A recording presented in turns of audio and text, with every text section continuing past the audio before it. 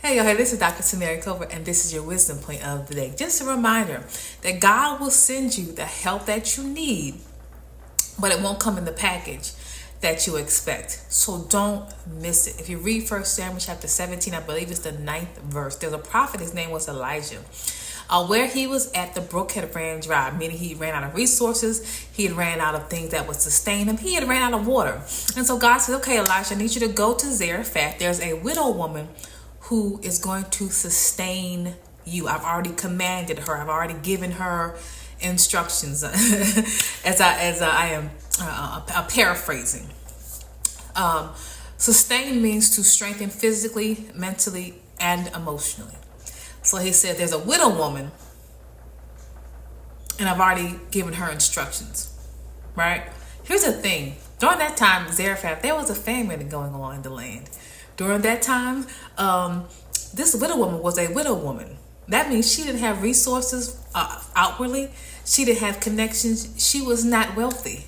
As a matter of fact, she appeared to be someone that's on her last leg, because I've already commanded her to help you. What am I saying? Sometimes you just have to follow the instructions that God has given you. Because what if Elijah would have said, well, she ain't got nothing? What if he'd argued with God? Because it just don't look right. Like, she ain't got no money. She ain't got no connections. It's a famine, and she get ready to pass on. And she's by herself. God knows what he's doing. And remember, ultimately, he never does things the way we would expect. The scripture there says, my thoughts are not your thoughts and my ways are not your ways. Oftentimes, what God tells you to do, it looks like the opposite. So don't miss your blessing in something that is meant to help you physically, emotionally, mentally, and spiritually, because it doesn't look like the package that you would expect. Remember, Elisha was sent to the widow woman. She was not commissioned to go and say, hey, the Lord told me I'm supposed to come help you. No.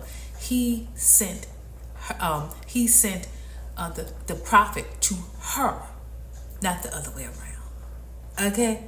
Be obedient. I promise y'all, sometimes when people don't trust God, like God told me a few days ago, when people don't trust God, they will try to make a way and go through all kinds of changes and exhaustion and all that kind of stuff. They will try to make a way for themselves when God already made the way. They just won't follow his instructions. You know, if you don't follow God's instructions, you can't be mad when you don't get the restoration that you need.